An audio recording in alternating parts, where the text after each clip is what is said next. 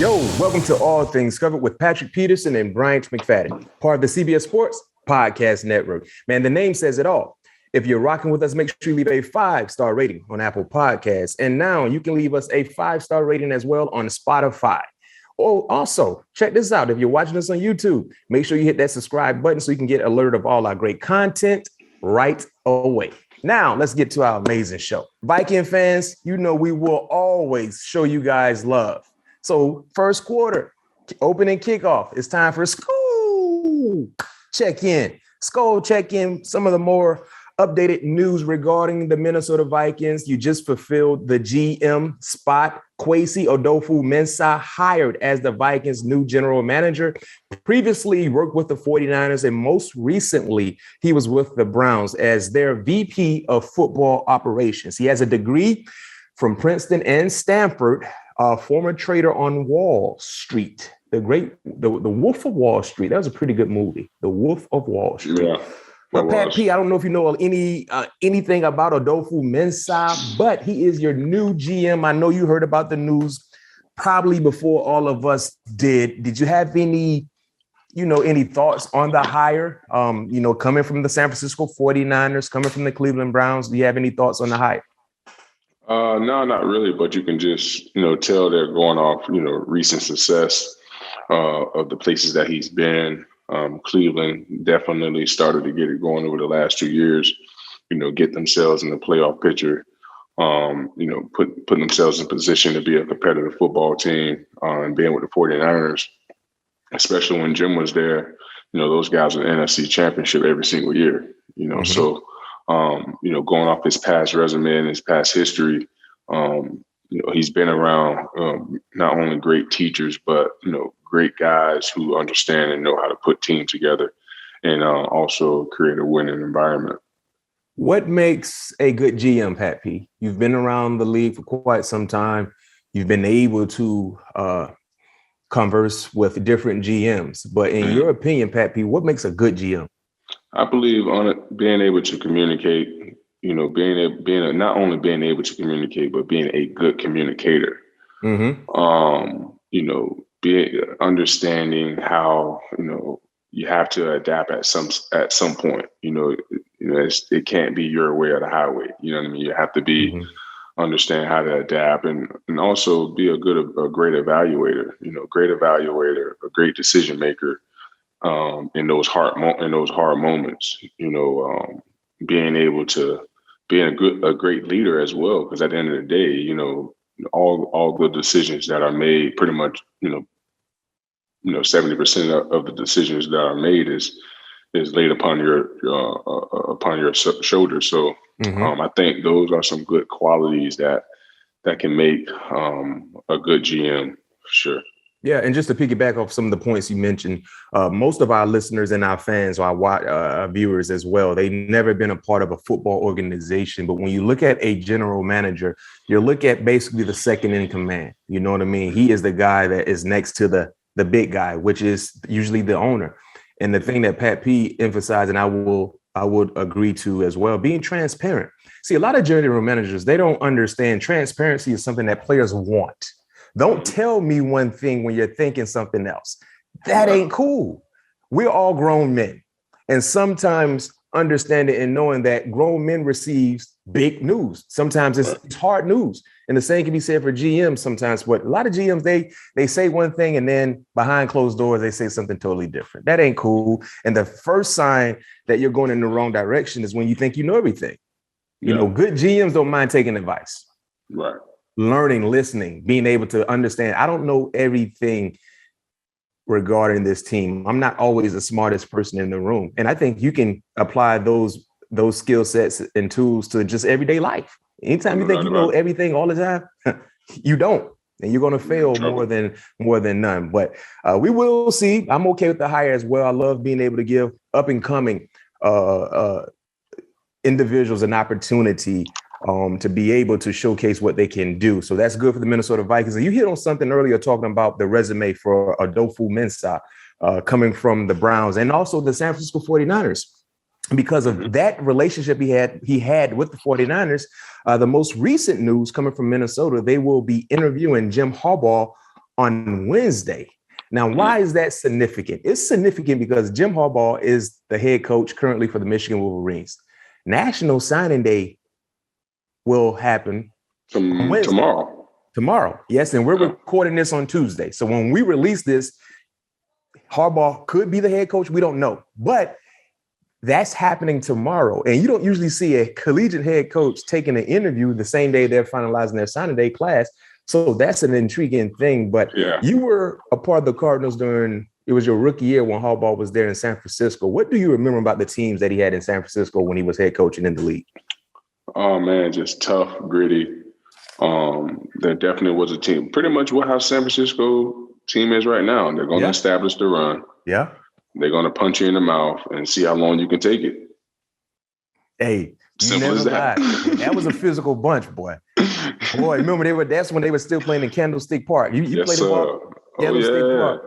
Yeah, that was a physical bunch, man. They played the game differently. Yeah. And I think it had a lot to do with that was something that he required, and they were able to execute that as well. Let's look at some of the numbers from Harbaugh in San Francisco. He won ball games. In 4 years, he was 44-19, 3 NFC championship appearances, 1 Super Bowl appearance, and they could have easily won that ball game. 7 seasons at Michigan, he was 61-24, just made the college football playoffs for the first time this last year. And I think it's easy for him to leave because he just finally beat Ohio State. I don't think he ever wanted to leave Michigan not beating Ohio State at least one time, Pat P. You feel what I'm saying? Oh, I hear you knocking, Coach. No question. So I felt he was like, you know what? We didn't win the championship, but I did the next best thing. Finally beat Ohio State. Do you think he'll be a good fit, or what kind of fit do you think he would be in Minnesota? I think he'll be a great fit. I think the culture, the atmosphere, he'll buy right into it. I think he'll love the atmosphere here. I think, his the way he wants the game to be played, it resembles the state of Minnesota, just tough, gritty. Elaborate a little more on that. What you mean by that? Just for me, how people, always say, I can't live in the cold. I can't do this. It's just different there. You got to be built different, to live in Minnesota. You know what I mean? And I think, that's something that he can bring, to the table as far as just being different, bringing that, that physical mindset to the stadium each and every time we step off the bus. And the crowd, they love that.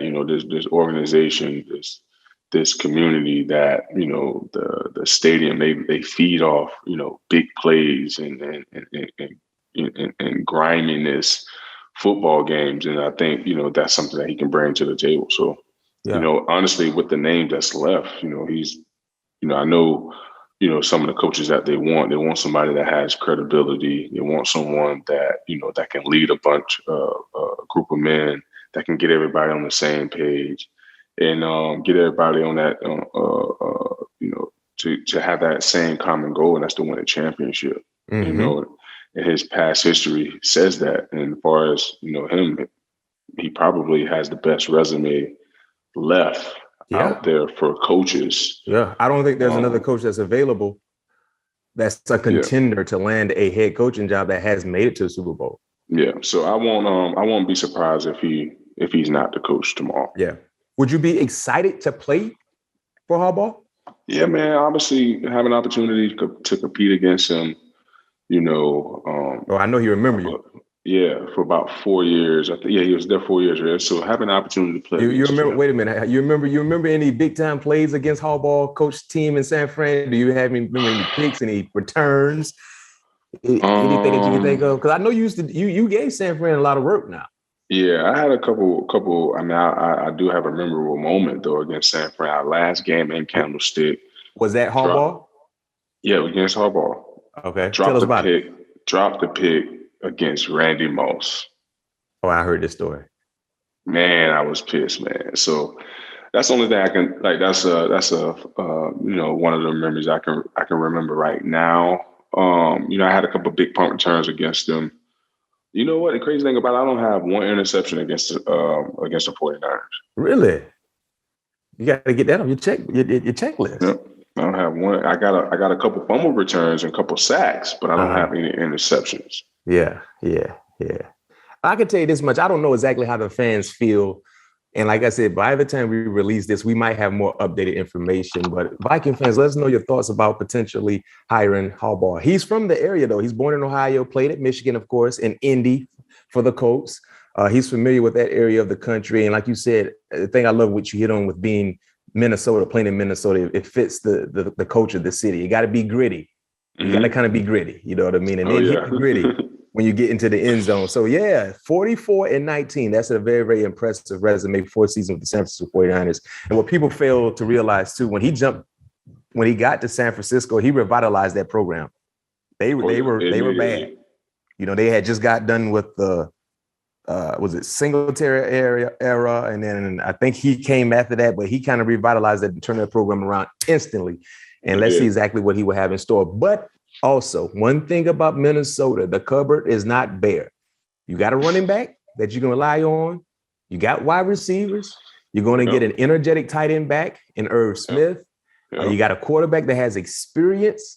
Out of all the jobs that are available, and I'm not just saying this because you're on the show and we do this together every week, but I think Minnesota's the best job. Personnel-wise. I agree. And the uncertainty with the Green Bay Packers. I understand when people say you want to play against the best. Listen, if you're a Viking fans, you want to see Aaron Rodgers leave. It's time to get up out of there. Because if he leaves, let's keep it real, Pat P. That division is wide open. Yeah. Wide open. The time is now. So we see exactly what happens. And talking about the team and the cupboard not being bare, Pro Bowl announced, Kirk Cousins and Brian O'Neill named as replacements.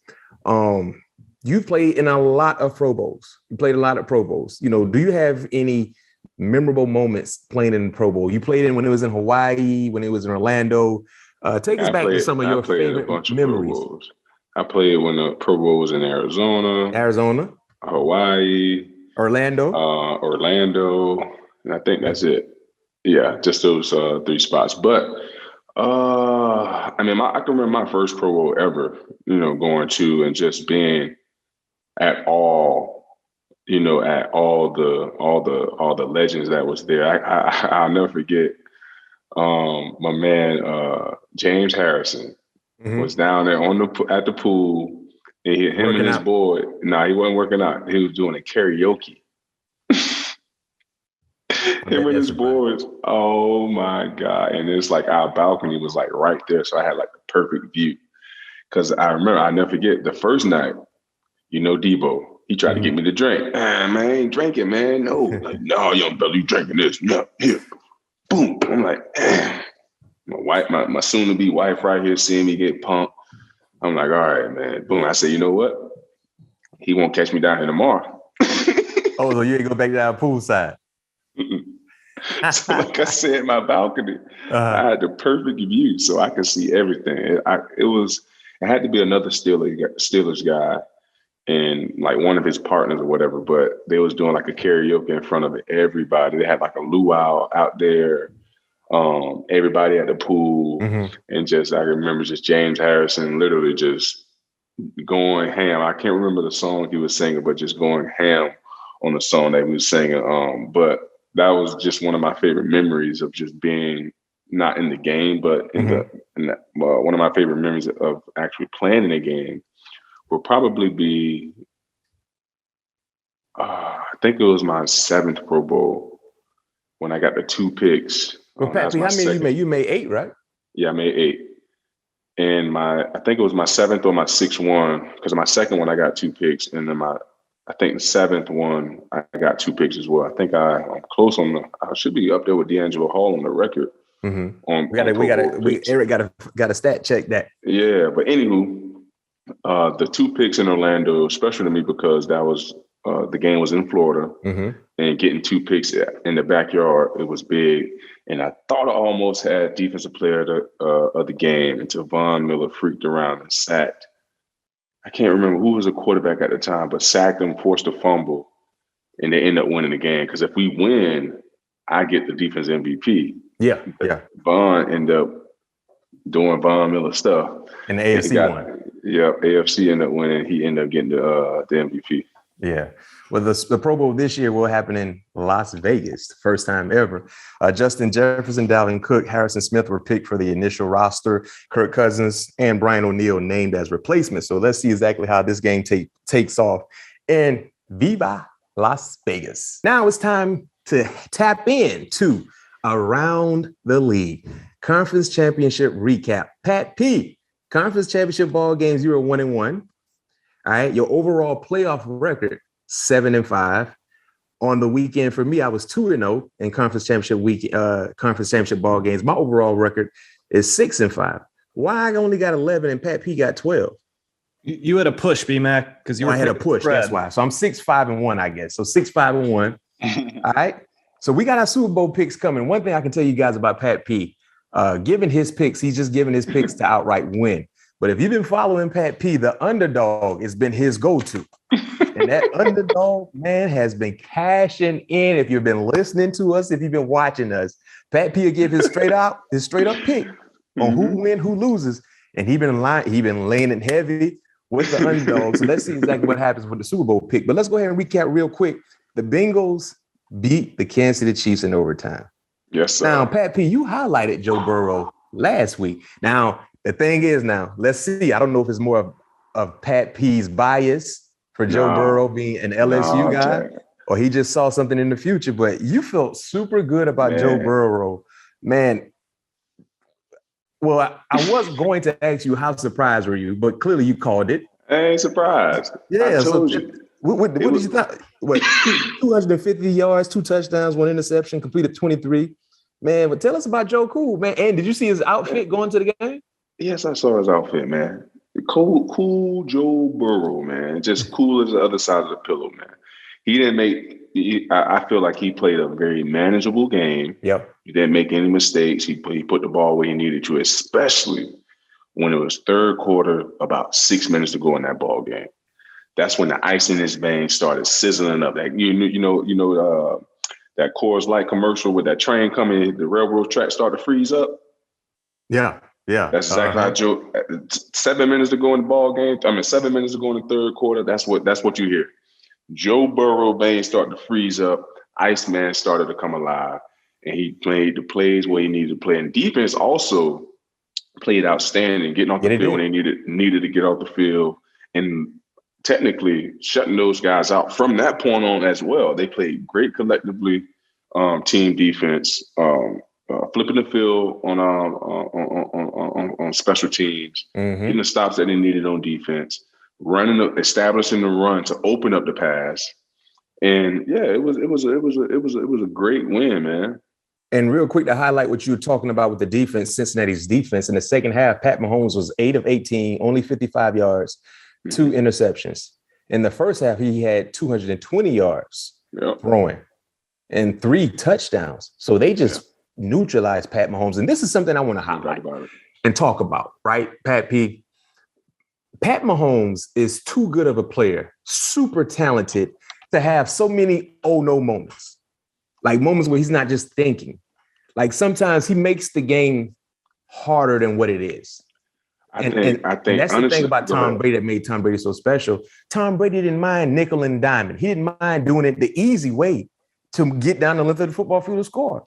Pat Mahomes just want to make it a backyard football game. Yeah, but I think that's the structure of the offense. Because obviously, fans and people look at it from, the TV copy. But looking at it from the actual player's copy, they routes too deep. They roll them out too much and pretty much cutting off one side of the field.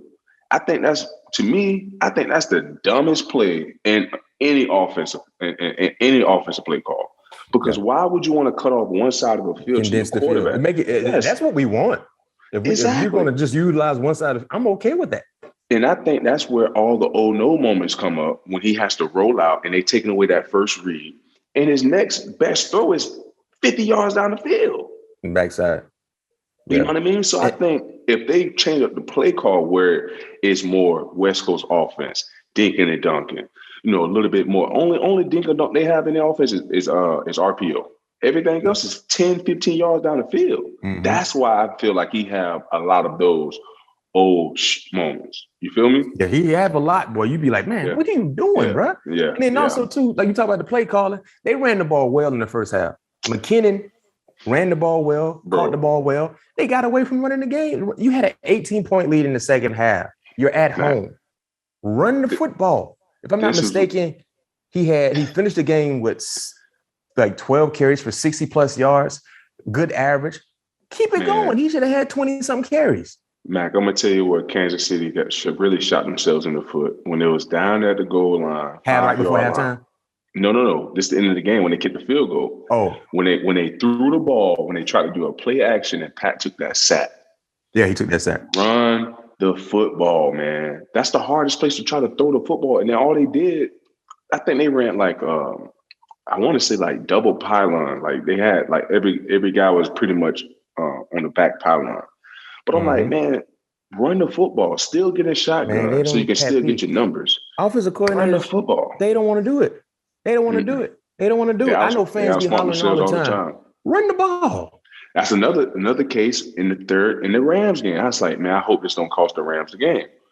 Second, 3rd and 1, they run a freaking play action, almost get a sack. Then they come back on 4th and 1 and didn't get the quarterback sneak. Yeah. 3rd and 1, run the ball. Come on, man. That's what your running back is there for. You need 1 yard. Run the ball. What are we talking about right now? Man, we see this all the time. People ask me all the time, like, is the game rigged? Why do these coaches do that? No, it's not rigged. They just get their egocentric. They got to feed their ego. Like it's like this. If I run the ball on 1st down and we get 5-6 yards, I don't care what my script tells me to do. I'm running it again on 2nd down. I don't care what the script said. If my first 15 plays are scripted, meaning I'm running X, Y, and Z, I don't care. I'm going off the script. We just ran the ball for 6 yards. It's 2nd and 4. Why are we throwing the ball? Now you run it again. You get another first. Now you set up the play action. Versus trying to pass the ball on 2nd and 2. Now I'm at 2nd and 5, incomplete. Now you 3rd and 5. Now you're scratching your head. Now, we got to go. And we know you're throwing the ball now. Basically, we know that. Yeah. And real quick to highlight, you talked about the Rams. The Rams came back to beat the San Francisco 49ers 20-17. It was a real good game. It was a real good game. But one thing I'd like to highlight, it was a back and forth affair. We didn't see – you've played against Jimmy Garoppolo a little bit. Is it fair that Jimmy G is receiving all the criticism that he receives, you think, Pat P? Well, what do you think about his game? I think Jimmy is a great game manager. You know, he ain't going to do nothing too flashy. You know, he ain't gonna do nothing, too crazy. But at the end of the day, you might see a 350-yard day. You know what I mean? Like he gonna put the ball where he needs to be. He got great accuracy, especially inside the numbers.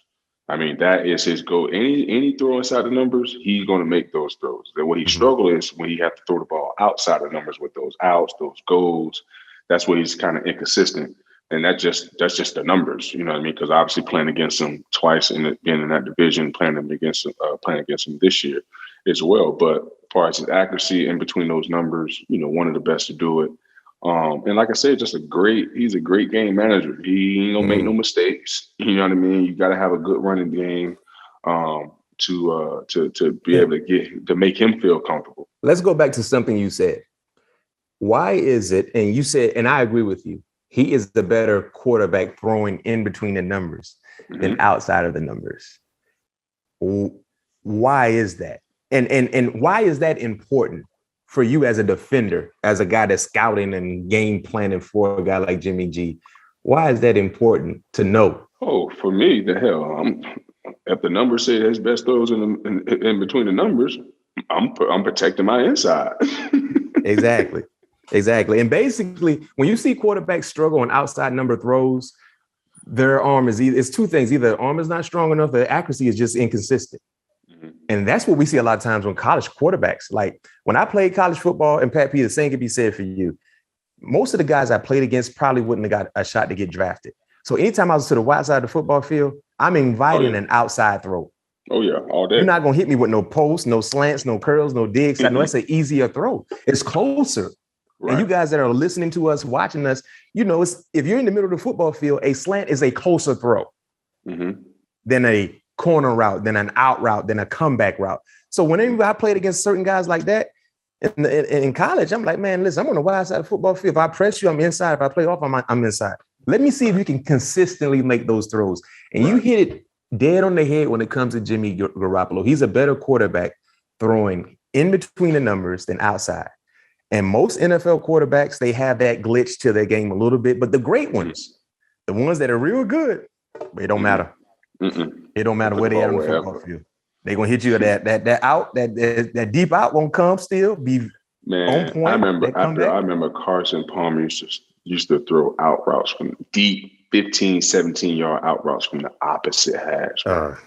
That's not even supposed to be possible. That's a 37-yard pass on the rope, though. That ain't even in the air. That's on the rope. Yeah. That I remember Kurt went out my first year, only year out there in Arizona, was in practice, man. And Kurt, the ball was on the opposite hash. And I'm like, dude, I had a wide split. I don't know. I can't remember who the receiver was. I'm like, ain't no way in the world he run an out-breaking route. I'm sitting heavy inside Pat Pete, like 2 yards inside. This man ran a comeback.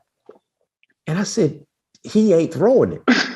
But when I tell you he threw it and it was there, I'm like, oh, shoot. I'm like, boy, Kurt Warner got something. You know, I'm already knew he was prolific, but I'm like, man, that's not a throw you see all the time. Those are the quarterbacks. When you got those type of guys, you got to cover every route, no matter where you on the football field. Going back to that Rams game, OBJ, friend of the show, 9 receptions, 113. And Cleveland said OBJ was the problem. Yeah, they did. Oh, man, tell us about your guy, OBJ, man. He has really found his way in this offense. And now, because of that, and you remember he talked to us about he just want to win when we had him on the show. He just want to win. And now he has an opportunity to win. How happy are you, seeing your road dog, man, get a chance to play in the Super Bowl? Man, really happy for my guy, Odell, man. It's a deserving moment for him in his career. Happy that he's finally, finding happiness and peace. It just seems like the Odell that we once, saw when he was in New York. A lot of excitement, a lot of smiling, a lot of less dancing on the field. But, after the game, the excitement came out of him for sure. I know he changed his cleats like 5 times. I saw him with some white ones on, yellow ones on at one point. I was like, hey, I think that's the thing now, because I noticed Jamar Chase, he'll play with a certain cleat in half. In the first half, in the second half, he come out with a different cleat too. I'm like, man, was this a fashion show? But they were dope. But yeah, man, it's good to see him back in his bag, man. And he just needed an opportunity. Now that he has a good offensive-minded coach, a damn good quarterback who I always thought was an underrated quarterback in this league. In his second home, basically in LA. He in a good place. Oh, he in a great place. He out there in LA where he want to be, and they winning, and the Super Bowl out there. Man, well, it's a great time to be alive out there right now. Yes, sir. Woo. Hey, so Pat P, you know what time it is? It's time to go ahead and let our picks be known. Now, granted, we have an opportunity to change because we're still over a week away from the big game. I already know out in Los Angeles, right? So Pat P, who are you rolling with? Man, you know who I'm rolling with. Yes, you do. You know who I'm rolling with. Cincinnati. Yes, indeed. I know who you going with. See, I'm making my pick based on the number, the spread. Cincinnati is getting 3.5 or 4 points, depending on where you're shopping. I'm gonna take Cincinnati right now. I'm gonna take Cincinnati getting points. So Eric gonna jot this down. We're gonna see exactly how it happens in Los Angeles, and make sure you guys stay tuned and rock with us next week. Me and Pat P will be doing some shows from LA. Got a few shows lined up for you guys, so make sure you tune in and check us out next week as well. So Pat P is staying with the underdog straight up. Pat P doesn't do anything with the spreads or the lines. Nope. He just picking straight up, taking Cincinnati. But me, I love to try to fatten your pockets. Give me Cincinnati getting 4 points. And the over-under is 50, if I'm not mistaken. I don't know exactly which way I want to lean to, but I'll take Cincinnati. You got to go over. It's definitely over. Yeah, it might be. Defense might be optional. If I had to take it, I'd go over. Yeah. Fireworks in La La Land. Let's go. It's going to be. They got their popcorn ready, too. All right, so Pat P, outside of Super Bowl news, there was some other big news as well. Tom Brady finally called it quits. Big Ben retired as well. Tom Brady, do you think he's actually done? Yeah. I'm with you. Tell us why. Why do you think he's done? No, just Tom's different. Like he just ain't gonna walk away from the game. You know, like if he wanted to continue to play, he would come out and say, "I'm still gonna play." You know what I mean? I agree. He said that he's retiring. He's retiring. So, it was the game would definitely miss the greatest player of all time. He's the greatest player in sports. In football. That just to hell with the greatest quarterback. Taking Tom Brady over Jerry Rice as the best football player ever? Yeah. Oh, okay. Yeah. Okay. I definitely say this. Tom Brady is the biggest overachiever in professional sports. Mm-hmm. I agree with that as well. Because a guy that overachieved more than any other individual, being a late round draft pick, that is. Right. I think just what he was able to do, no matter where he went. But he won wherever he went. He took the team to the Super Bowl when he was suspended for 4 games. Yeah, I forgot about that. You didn't play against Tom as much as I played against him, but do you have any favorite memories against Tom? Man, I do, man. My favorite memory against Tom, second play of the game, he tried to throw the ball to Lord rest his soul, Aaron Hernandez, and my boy Darnell Dockett tipped it, and I one-hand snagged that joint. You did? Second play of the game. And only played against Tom once. Because the second time we played him, the last year, the year before last, they had Cam Newton, and then I played against Jimmy Garoppolo. That's when he was on that 4-game suspension, 2016. Wow, that was Jimmy Garoppolo's first start. It was did. I remember that. Mm-hmm. Yeah, Sunday Night Football. Monday, I remember that out in Arizona. Yep. Man, one of my favorite memories, I guess, was a memory where I was surprised. We were playing, I think, the Patriots on Sunday night at home, and Tom Brady scored one of his infamous quarterback sneaks that he was notorious for, right? And when he scored the quarterback sneak, it was a little bit of bad blood between the Steelers and the Patriots. They really didn't. We weren't a rival, but we didn't like them. They didn't like us. Maybe because of Spygate or something like that. Who knows? But you see how I slid that in there. Yeah. But Tom scored on the quarterback sneak, and he got up, and it was already intense. People were talking trash, but most quarterbacks don't really get involved in trash talking. Not Brady. He spiked the ball and he was cussing out everybody. F that. And he was just cussing out everybody. So I remember some of the boys on defense started cussing him out. And I was on the left side of the line of scrimmage. So I'm like, dang, that's Tom Brady going in like that? Right? He just was cussing. So I was surprised because I didn't know Tom get it in like that. You know what I mean? Just like you said, most quarterbacks are laid back. They don't get involved in the extracurriculars that happen during the ball game. But I'm minding my business. I'm just looking like, hey, Tom Brady. And he walked past me. He's like, what the hell are you looking at? I didn't know what to say. I'm like, wait a minute. It caught me off guard. I'm like, what? I ain't even say, I ain't had nothing to do with whatever y'all got going on. But I was so surprised that he was cussing at me.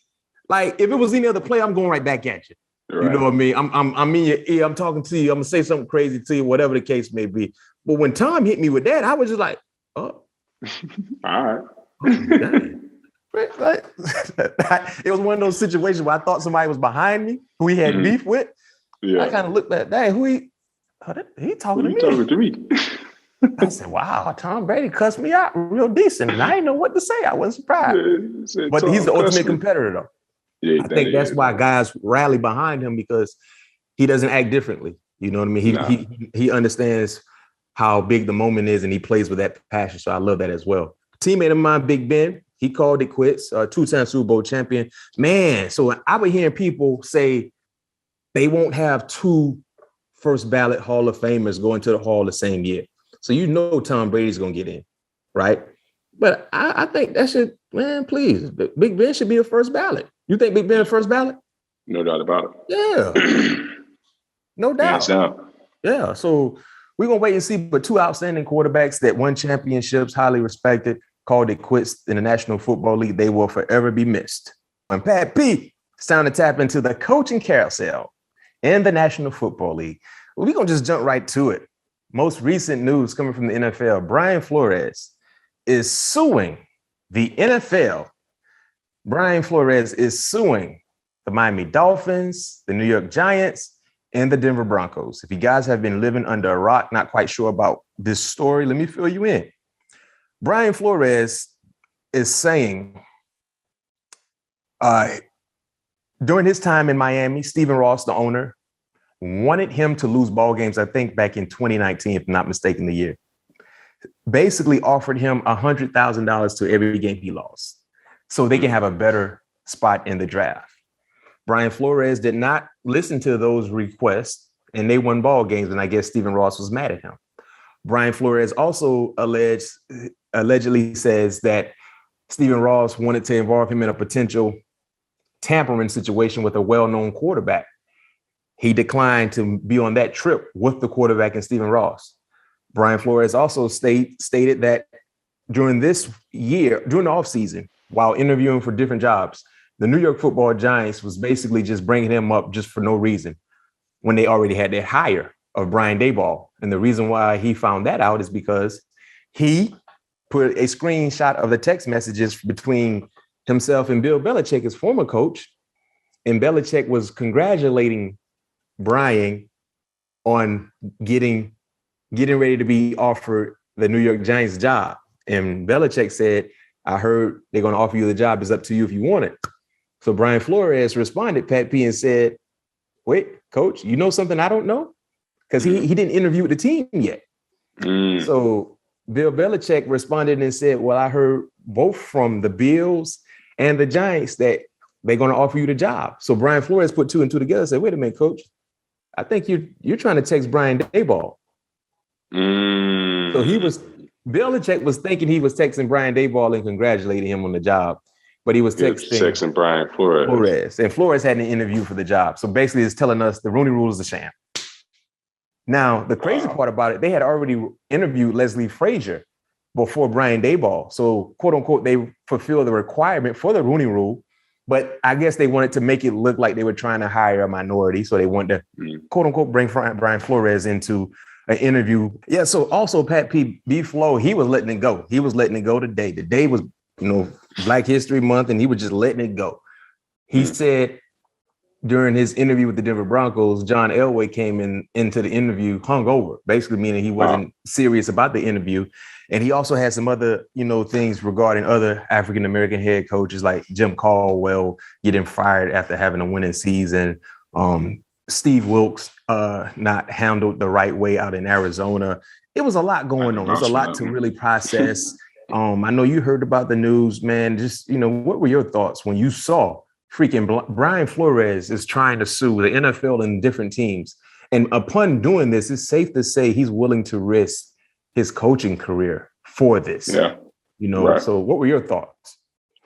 I mean, I was completely, taken away, by the news. And like I said, my wife broke the news to me. I was just coming in from the girls had cheer practice today, and I was like, no, I ain't see this right here. And I was like, how the heck this can be, possible? Then I went to reading, the article, like you said, about the John Elway, the Dolphin, Donald, what's his name? What's his first name? Ross, the owner for the Dolphins. Steve Ross. He wanted him to lose games, offered him $100,000 to lose, every game that he lost, he get $100,000. That's just what are we in this thing to win? Because at the end of the day, I lose, I don't have a job. No question. So yeah. And you won't come out in public and say you wanted me to lose. You just fired. He'll get fired. Right. Like, so what are we talking about here? So just seeing that was something that was that I was completely shocked by, because if you look at it, both years the Dolphins continue to get better as the year went on. I think it was 7-1 towards the back of the year. Yeah, they were. The final 8 games, they were 7-1. And last year they finished the season pretty strong as well, trying to get themselves in the playoff picture, as well. I thought their defense, obviously he's a defensive head coach, and the defense is what the identity of that football team was. I thought he did, with what he was, given. I thought he handled, the situation, extremely well as far as, getting those guys to compete. Those guys was well coached, and those guys were ready to battle each and every time they stepped on the football team, on the football field. But when I first saw the news, I was like, wow, like really? Like, dang. But he like you also said, stated, and you were out in Arizona at this time, he said that Steve Wilkes was held to a double standard in Arizona. What is your opinion on that? Because you were out there. Steve Wilkes was your head coach, not mistaken. Yep, and he only had 1 year in Arizona, right? Man, Steve was there February. Steve was there 11 months.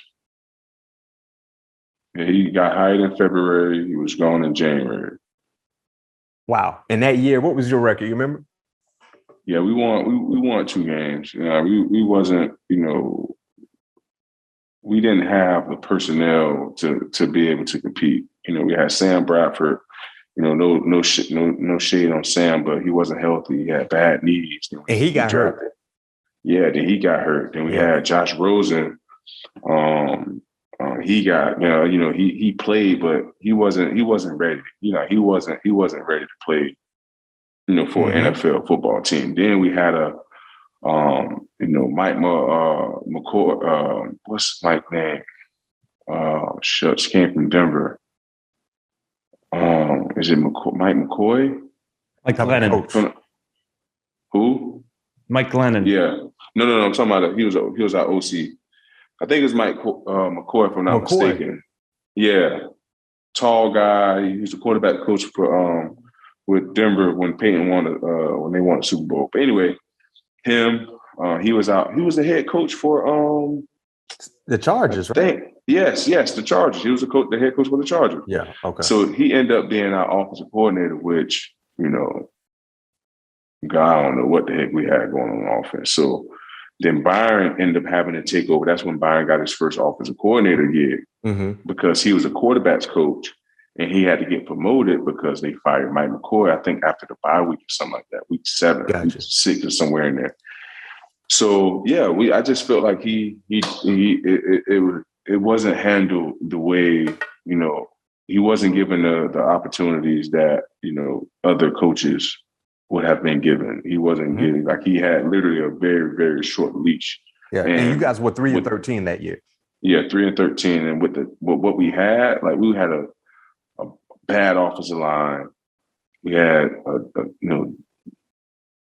deep. I think Corey Torres is his what's the name? His Achilles that year. Chandler was there, but it was like everybody was changing. We went from a 3-4 to a 4-3.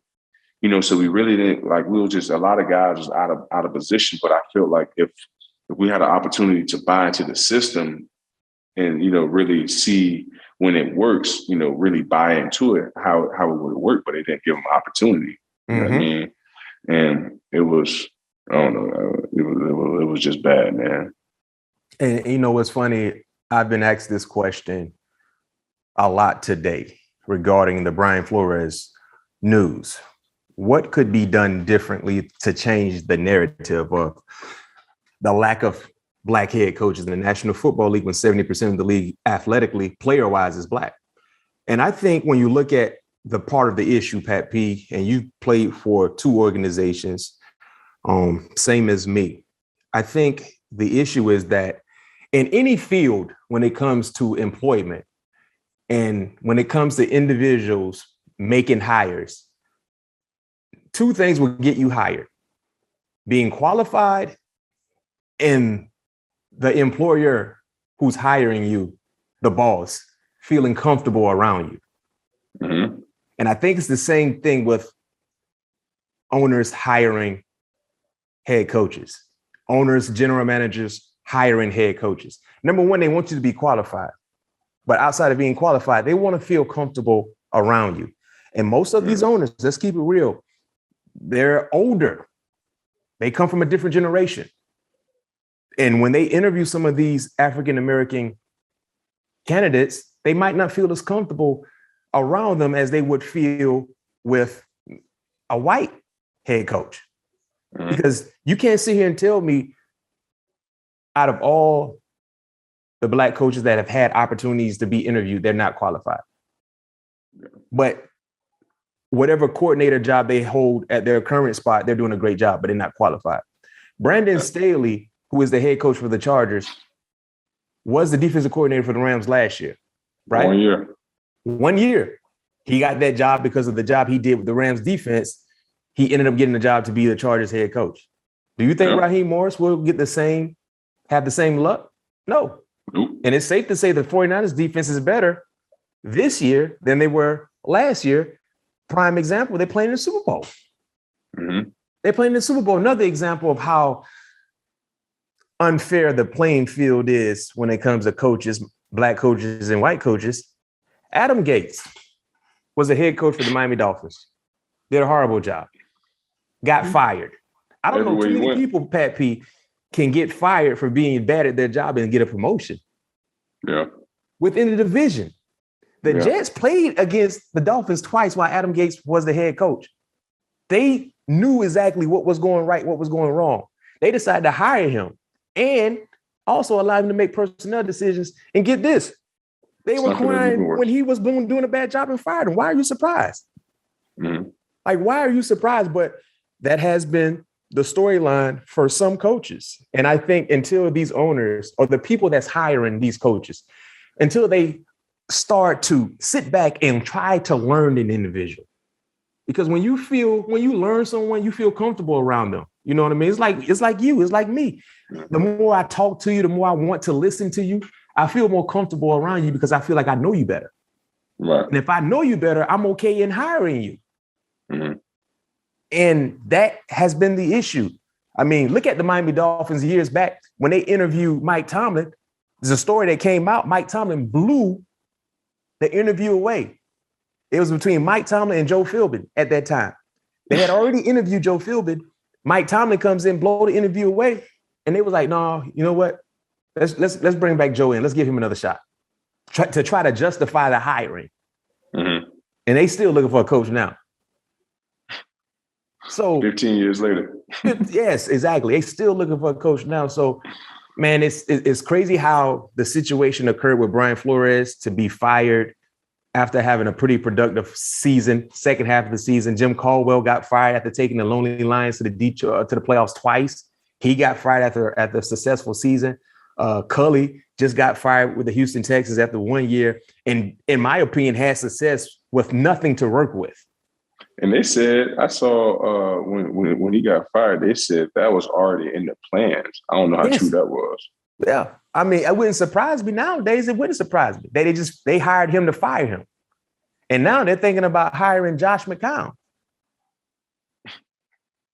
That you played against and I played against. Said he was coaching high school football, Pat P. Right. Yeah, I should have put my name in the hat. I can play and coach, huh?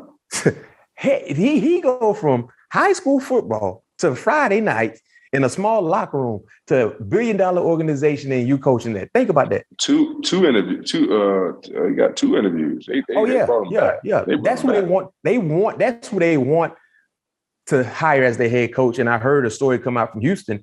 The Texans they want another team to interview him so they can kind of justify the hiring.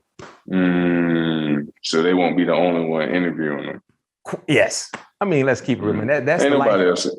Well, they might have book that up because ain't nobody else interviewing them. Yeah, man. And hopefully, like I said, it can change, man. And that's just my opinion about why we're not seeing the quantity of black coaches, because I think a lot of these owners, they don't know, they don't understand, they don't know them. And they feel more comfortable in hiring someone who looks like them than hiring someone who don't look like them, but not seeking the time to really understand them. And I think it goes to almost any part of your life. You know what I mean? If you're looking for someone to do a job for you at your house, you got to be qualified. You got 2 candidates, right, Pat Pete? And both candidates are qualified. You're probably going to gravitate to the one you're more comfortable with. No, 100%. Yeah, but if the league wants to change this issue, then you have to force or make it a standard or a requirement that these owners learn and understand people who they're dealing with, who they're thinking about hiring, and just throw the Rooney Rule out of play, because now the Rooney Rule is just basically it's a mockery now. They're just bringing in guys because they need to fulfill the obligation. Yeah, just cover up. Yeah, no doubt.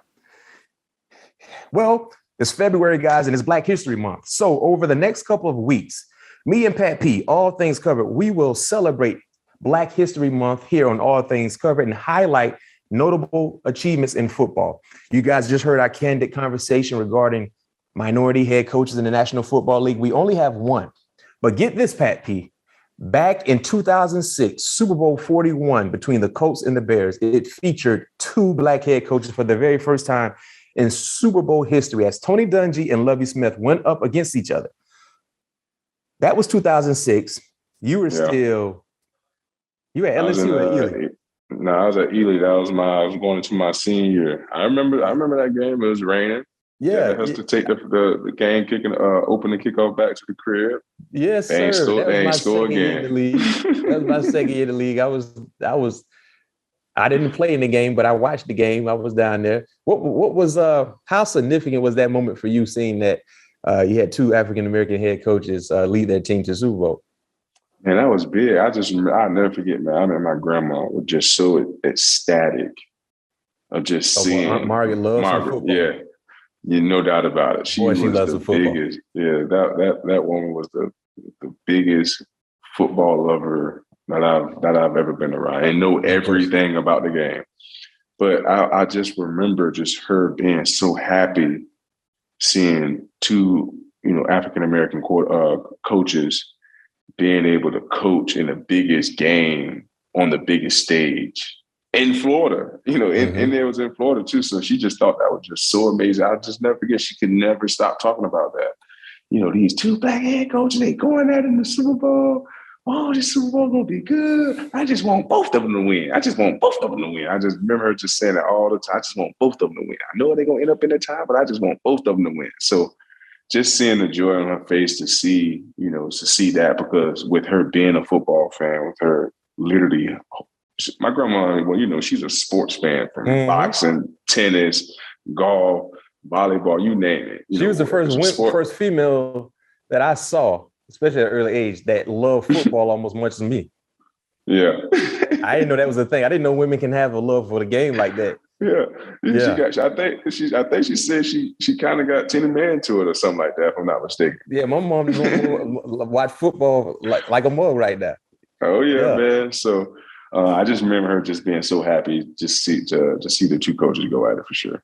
Yeah, I'm right. Because I remember her talking about when Doug Williams won. Because obviously with her being a big football fan, she was talking about that moment with him when she was in Carolina. I think she said she was in Carolina watching it, just all that stuff, giving us the history behind that as well. So, man, that was huge for me because that was my second year. We didn't get to the Super Bowl. But just watching the game, it was down there in Miami, like you said, it was raining, and just understanding and seeing history being made by two African-American head coaches. And at that time, Pat P, think about this. During 2006, I don't know if you know, but during the season, the NFL had 5 Black coaches. So you had Lovie Smith, Tony Dungy, Dennis Green, Art Shell, and Marvin Lewis, right? And you would think the success that both of those coaches had, that would have increased the number. But currently, as it stands today in the National Football League, we only have 1 Black coach. So in 2006, we had 5. Dennis Green ended up getting fired at the end of the season. But during the season, you had 5. And right now, we only have 1. So it's almost like we're going in the wrong direction. So hopefully, as we stated, people will start to really try to set the field and make it more fair and even for African-American head coaches, because there are a lot of great coaches that can coach. And let's keep it real. There are a lot of coaches that can't coach. I don't care what color they are. Got some people that have no business coaching at all. But for us to have 32 teams and currently only have 1 Black head coach and Mike Tomlin, something has to happen. Change has to happen. And it all starts with listening. I think that's the best way to initiate change. Listen with your ears, not with your mouth. Just sit back and listen so you can understand and feel how certain individuals are feeling that are not handled properly. So we'll see. But that was a huge moment. Super Bowl 41 will forever be remembered as a game-breaking day event. Colts, Bears, and the Colts won that ball game. Well, that's it for this show. All things covered, viewers and listeners. Well, next week, we got a special big surprise. We're going to have some live content and live show from the Super Bowl next week in La La Land, LA, where you can see me and Matt. Stay tuned. Peace.